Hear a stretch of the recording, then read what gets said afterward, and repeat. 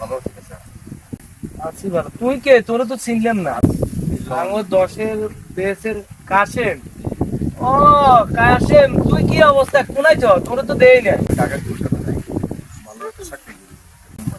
আচ্ছা, ভালো আছো তো? কে? আলহামদুলিল্লাহ, আপনার তো তোর আল্লাহ বউ বাচ্চা আসেনি ভালা? স্যার আছে, ভালো আছে। আমরা কোনে গেছে আয় এখানে বাজারে গেছি, ও ঘরের লাই কত বাজার লইছি। দাদা লইছি স্যার, আর কাছে দেন। না না থাক, আয় লইতে আরুম। না না কষ্ট আয় বাজি লইতে আরুম।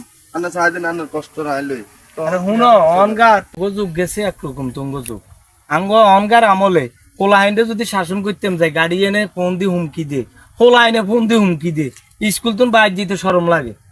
হ্যাঁ, তো যাক, আল্লাহ তুঙ্গরে তোমরা শাসন মানি নিছ, আল্লাহ তুঙ্গ ভবিষ্যৎ উজ্জ্বল করক, আমরা দোয়া করি। যেভাবে অনগার যুগে তোমরা শিক্ষকরে দেখি সালাম দিছ, শ্রদ্ধা করছো, ইজ্জত করছো, এটা তুমি বয়া পাও না, আমাদের কিছু নেই আর।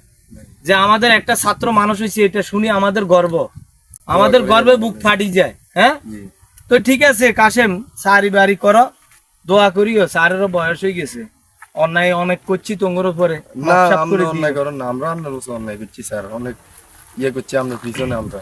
কারণ তোমরা অত শাসন করছি, তোমরা মানুষ হয়ে বেরলাই, জি তোমরা বুঝে নিছো বিদে আজকে মানুষ হইছো। তো ঠিক আছে, ভালো থাকো, দোয়া করি। হ্যাঁ।